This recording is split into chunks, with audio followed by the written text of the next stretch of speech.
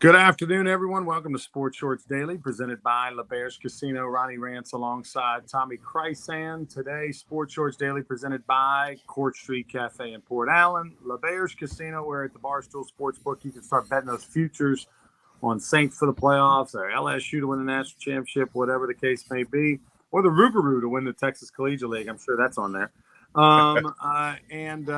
Also, we're presented by the Louisiana Sports Hall of Fame, which this week, Giant Week up in Natchitoches, starting on Thursday, will be the first of 3 days of events honoring the 2023 Hall of Fame class.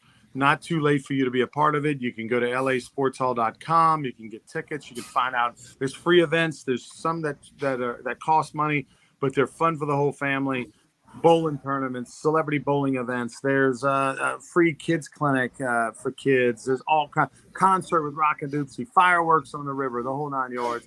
It's going to be happening this weekend, Thursday, Friday, Saturday in Natchitoches. Go to lasportshall.com. So the big topics today: Brian Harman wins the British Open by 5 shots. The former Georgia Bulldog golfer who's had a mediocre career. He won a couple tournaments, hadn't won one since 2017. Becomes only the third lefty to do so. And he did it in dominant fashion, Tom. He went over there. He had a 5-stroke lead and held on to it. A lot of times when sort of unknown golfers, so to speak, have a lead, those big names like Rory and Rahm and others will kind of hunt them down and catch them. The pressure gets too big, but that was not the case for Harman. He put the foot on the throat. He won for the third time in his career, first major. He finished second years ago at the U.S. Open, and he did so in dominant fashion. And, oh, by the way, 6th top 10 finish this year for Brian Harman. Well, he's been in the top 25, but he's never crossed that big line like he did with the British Open. He won in 2014. He won in 2017, some tournaments, and he's always kind of been around. I got to shout out for a lefty. I enjoy seeing a lefty win. And, you're right. He did not back up to the field, which many people thought he would. You could have bet, even Saturday morning, he was like plus 15,000 to bet to win. You could have got a whole lot better than that if you bet him last Wednesday, but he got it done. He did, when he was at 10 under, he did back up a little bit with a couple of bogeys, and he got the 5-shot lead, went to 3, but on Saturday, but then he stretched it back out, and he was the best golfer, the champion golfer of the year, as they say. He was the best golfer at Royal Liverpool last weekend. There's no arguing that. There's no somebody almost did it. He got it. He gets it done. Georgia Bulldogs, USA, all that good stuff. So you tip your hat to Brian Harman. Bob Charles, a lefty, won the Open in '63. Phil Mickelson won it in 2013. Now Brian Harman can shout for all us lefties. He got it done. By the way, Brian Harman, 5'7", 155 pounds. Just goes to show you it doesn't matter. You don't have to be the big, strong guy, hit it a million miles. 5'7", 155, and he hits it definitely further than Tommy and I. So that was fun to watch. Over the weekend, also some baseball news, not just Baton Rouge Rougarou, who, by the way, are in action tonight and tomorrow night, the final regular season games of the year. Tonight, taking on the Acadiana Cane Cutters. $1 hot dogs, 2-for-1 beers. So for $6, Tommy, you get a hot dog and 2 tall boys. That's pretty good. And then tomorrow night is Bark at the Park night, presented by Raising Cane's. They're bringing out the Cane's dog. Cane's going to be there throwing out the first pitch. You bring your dog. You and your dog get in free. They're going to have a parade of dogs in the bottom of the first or behind home plate where you're going to vote on the cutest dog, the ugliest dog, the best in show. So come check it out. It's the last regular season home games of 2023. Tonight and tomorrow night, 7 o'clock starts at Pete Goolsbee Field in Baton Rouge. But over the weekend, a couple Hall of Famers, they had the introduction ceremony in Cooperstown, New York. Fred McGriff and Scott Rowland both got inducted. I think of Fred McGriff, we all think of the commercials from the crime dog from the 90s, the back-to-back world championships, the old infomercial for selling the videotapes from back then. And then Scott Rowland, I think of a big, strong Philadelphia Philly right-handed hitter, taking a hack young in his career. Both outstanding players. Yeah, they really were. A couple of things as we talked about it. Fred McGriff was a commitment to play for Georgia Bulldogs in college, but went from his high school in Tampa, Florida, Hillsborough, I believe, right into professional ball. The Crime Dog, and he was on the Tom Emansky baseball drills commercials. And I read a little while ago today that was the longest running infomercial in ESPN history. Went like 10 or 11 years. He had that goofy hat on, and he's like, I watch Tom Emansky videos, and you should too, or whatever he said. But the Crime Dog, dude, could flat out hit, played on a lot of different teams, and was a World Series champion in Toronto, could hit. Scott Rowland. Now, here's a guy who spent more time on defense than he did offense. I saw some videos of him, and I saw him on the MLB Network talking about how every day he worked on catching ground balls and wanted to be the best defensive third baseman he could possibly be. And, of course, he was a World Series champion, and his numbers speak for themselves. By the way, he went to Jasper High School in Indiana, and a young guy at Jasper named Matt Malk broke all his high school records. So I have no problem with Fred McGriff and Scott Rowland going into the Hall of Fame. You know, a lot of times some people are like, oh, I don't think he deserves. I think, my opinion, these two guys clearly deserve to be in, and they got very emotional speaking about their parents and all their parents did for them as they came up through the baseball world, and two deserving guys, in my opinion. Well, you think about it, usually by the time you get into a Hall of Fame, whether it's the Louisiana Sports Hall of Fame, the Pro Football Hall of Fame, you don't always have your parents there. You know, sometimes later in life, maybe your parents have passed away. It's got to be a tremendously emotional moment, because for any parent, that's probably the apex of their athletic career, right? To watch your son or daughter go into the Hall of Fame at the highest level of whatever it is possibly. I mean, what more could you want? So I can imagine for Fred McGriff and Scott Rowland, it was an emotional day. And, oh, by the way, I saw behind the scenes of the Fred McGriff, Tom Emansky tapes thing, how that came to be. I think it was like an ESPN E30. And he did it as a favor to Tom Emansky because he had like gone and hit a few times at his like indoor facility or used his cages or something. And Emansky happened to be in Chicago. Said, look, we'll come up to Chicago. Y'all are playing the Cubs. We'll go over to some little high school field in Chicago. Why don't you want to tape this thing? And he kind of did it to him as a favor and as a thank you. And this, nowadays this would never happen, but this was 30 years ago. He had no idea that was going to run forever. And, oh, by the way, he didn't make money off of it. Like, he got paid something maybe, I think, or maybe he did it for free. It was a minimal deal, but he didn't have residuals. It wasn't like he got $1 a tape or he got, paid for it running year in, year out. So Tom Emansky was a shrewd businessman because he won on that one, no doubt about it. The Major League Baseball free agency's heating up. We're about a week or so away. Ohtani's the big name, but he's not the only one, Tommy. Yeah, the trade deadline, I think it's 4 p.m. Eastern time next Monday, basically 1 week from right now. And Ohtani's name. Do the Angels re-sign him? Do they move him for 5 or 6 prospects? Can they afford to re-sign him? And he is under contract for the end of the year. So if he's traded, somebody, he could be with somebody, rent a player, August, September playoffs, and then they'd have to re-sign him for the future year. I've read a lot, Ronnie, and some people say the Angels are going to keep him and then try to re-sign him. But then if they could trade and make the organization better, sometimes you just got to do it. But then do you want to be the owner or the GM that traded away Shohei Ohtani, who in time may go down as the greatest player ever? The comparisons to Babe Ruth are there, the hitting, the pitching, and doing it consistently. And if he does it over time, he could become the greatest ever to play the game because of all he does. So it's going to be fun for baseball purists to follow that this week. You've had a couple minor trades today, a couple of relievers change teams, nobody of significance.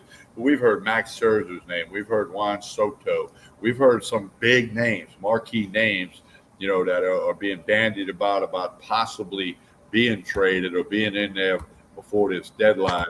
So as Ronnie says, we'll have to let it play out. Talking about Ohtani, I saw you, I don't know if you posted it or you sent me something the other day about the comparison to Babe Ruth at this point in their career. Tell the folks about that one. Well, it was through a certain number of games played, like 400-something games in their career that they played. Their numbers were eerily similar.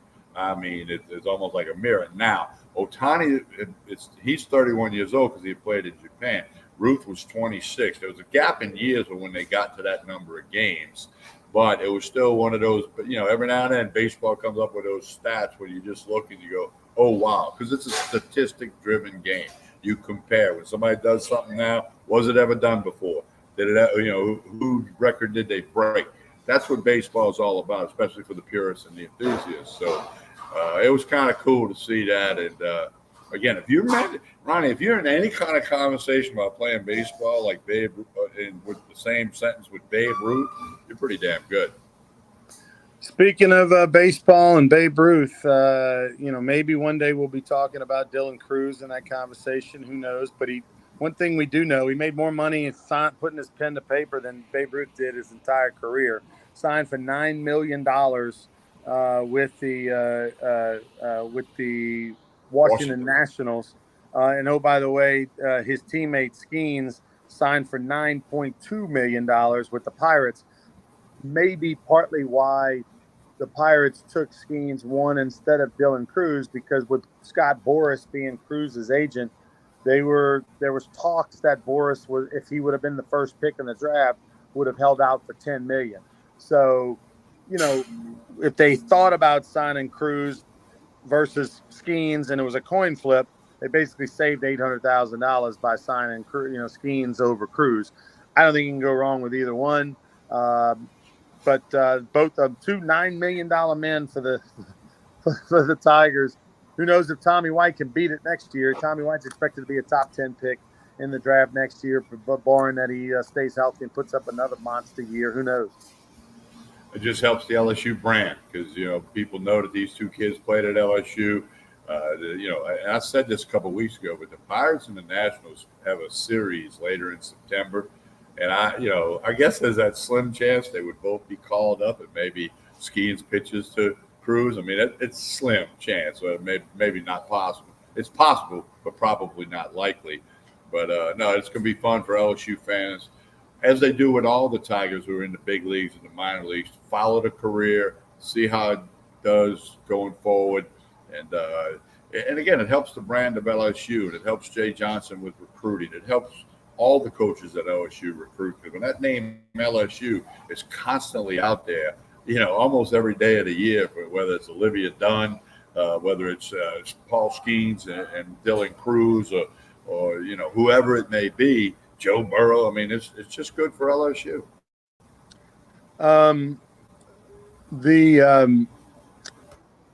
Last night, the Baton Rouge Rougarou took on the Acadiana Cane Cutters, and the game is almost insignificant, right? They were there, raising money for Caleb Easterling. A 19-year-old tragically passed away about 10 days ago in a car accident right outside of in Central. And so anyway, the game took off. His high school coach Leo McClure was there, and the athletic director at Central High was there with a prayer, and former teammates played in the game. And it was a great night. We really appreciate everybody who came in and contributed. They cooked jambalaya. The audio is going out. All right, can you hear me now? I will. Ronnie's audio is definitely a little bit sketchy right now. Can you hear me, Tommy? Yeah, now I got you. Go ahead. You had blanked out for a second, and now there you go. All right. Apologize to people on that one, but anyway, I was just talking about last night's event and how we were raising money for Caleb Easterling's family, and I want to thank everyone who contributed and came out to that event. Your audio is really... We apologize, Ronnie's audio and video buffering a little bit. That's the world of the internet some days. That's a better picture. I didn't do anything but hold the phone. Ronnie was mentioning what happened at the Rougarou game last night when Coach Leo McClure spoke on behalf of Caleb Easterling, the young man who played at Central and was tragically killed in an automobile accident earlier this month. And there was 18 seconds of silence. He wore the number 18 for the Central Wildcats. Big turnout. A lot of people. Jambalaya with proceeds going to the family. Big turnout. And I know everybody appreciated that very much. Again, Ronnie's trying to reconnect with us now. There he is again. All right, Ronnie, I'm seeing you, but you got... Can you hear me? And I kind of, kind of recap the Caleb Easterling ceremony yesterday. Can you hear me or see me? I can see you, but it's buffering bad, and your audio is buffering as well. We apologize.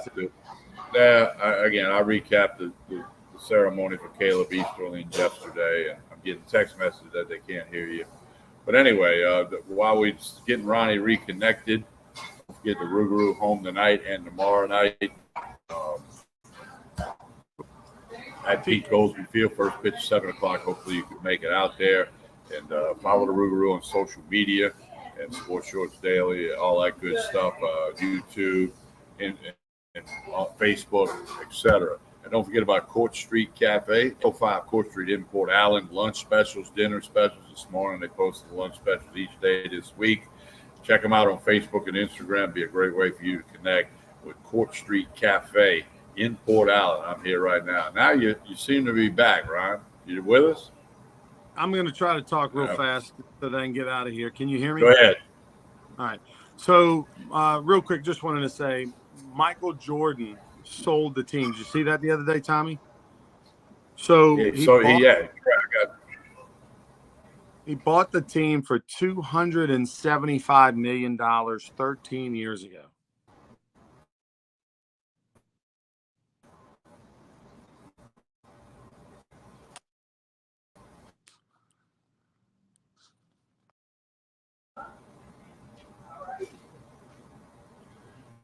All right, once again, we apologize for the technical difficulties. Appreciate you folks tuning in.